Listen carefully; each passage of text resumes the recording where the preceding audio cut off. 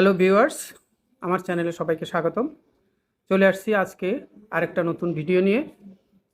এর আগের একটা ভিডিওতে আমি দেখিয়েছিলাম আমরা কিভাবে রেখা দিয়ে ছবি করি। সেই রেখা দিয়ে ছবি আঁকতে গিয়ে আমরা কখনো সরল রেখা, কখনো বক্ররেখা দিয়ে ছবি আঁকি। তো আসলে রেখা দিয়ে আমরা কিছু আকার আকৃতি তৈরি করি। সেই আকার আকৃতিগুলো আমাদের কিছু কিছু ছবি হয়ে যাচ্ছে। সেই আকার আকৃতিগুলোই আমাদের ছবি হয়ে যাচ্ছে।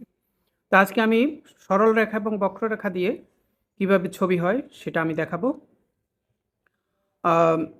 আমি প্রথমে একটা গোল আঁকবো, একটা বক্ররেখা গোল আঁকবো।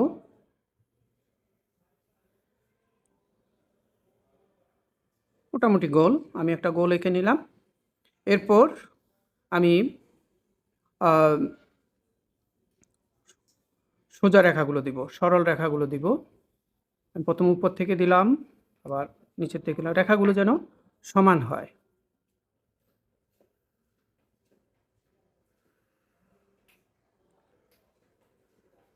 আবার কোনাকুনিতে দেব।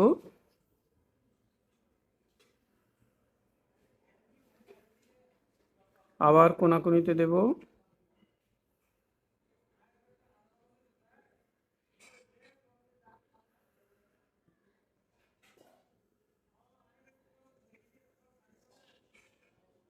মনে রাখতে হবে রেখাগুলো যেন সমান হয়। এইবার আমরা কতগুলো ছোট সরল রেখা দেব, প্রত্যেকটা বড় রেখার মাঝে মাঝে একটা করে ছোট রেখা দিব।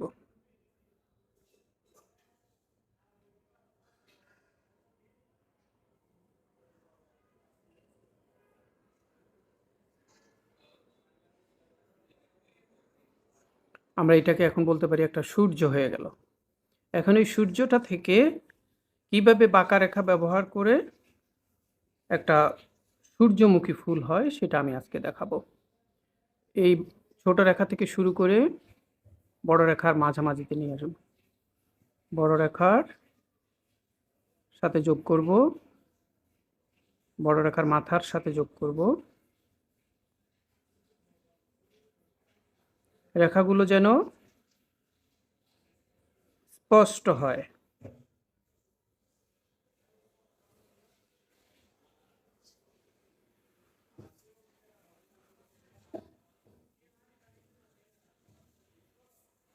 আমরা যখনই রেখা টানবো, সোজা রেখা টানবো অথবা বাঁকা রেখা টানবো, কোনো স্কেল বা চাঁদা আমরা ইউজ করব না। আমরা সবসময় খালি হাতে আঁকার চেষ্টা করব। তাহলে খুব সহজেই আমাদের হাতটা ফ্রি হবে, আমরা আঁকতে পারবো। একটা সূর্যমুখী ফুল হয়ে গেল। আমি শুধু সোজা রেখা এবং বাঁকা রেখা দিয়েছি। এখন সূর্যমুখীর মাঝখানে কিছু কাজ আমাদেরকে করতে হবে। এরকম কিছু ছোট ছোট সবুজ পাপড়ির মতো থাকে, সেগুলো আমি দেব। এখানেও আমি ছোট ছোট সরল রেখা ব্যবহার করছি।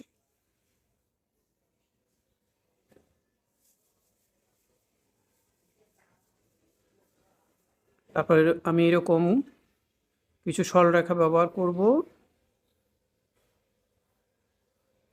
আবার কোনাকুনি দেব। সূর্যমুখীর মাঝখানটা আমি এঁকে ফেললাম। এবার সূর্যমুখী একটা বোটা দেব, দুইটা সরল রেখা দিয়ে একটা বোটা দেব। এরপর সূর্যমুখীর পাতা দেব।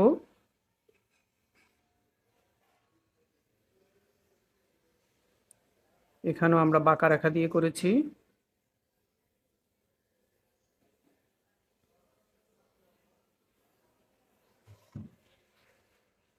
আমরা একটা পাতা দিয়ে দিলাম। ইচ্ছা করলে আমরা আরেকটা পাতাও দিতে পারি।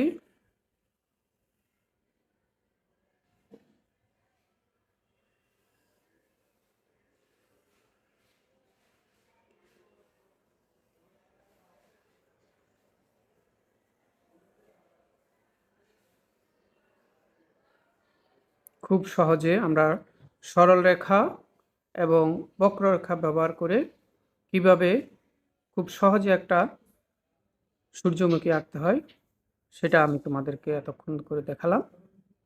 তো তোমরা যদি অনুশীলন করো তাহলে আহ, খুব সুন্দর সহজে আঁকতে পারবে এবং বেশি বেশি অনুশীলন করলে বেশি বেশি ছবি আঁকতে পারবে, আমাদের হাতটা ফ্রি হবে। তো ধন্যবাদ সবাইকে। আমরা পরবর্তীতে আবার একটা নতুন বিষয় নিয়ে তোমাদের সাথে হাজির হব। সে পর্যন্ত তোমাদেরকে ধন্যবাদ।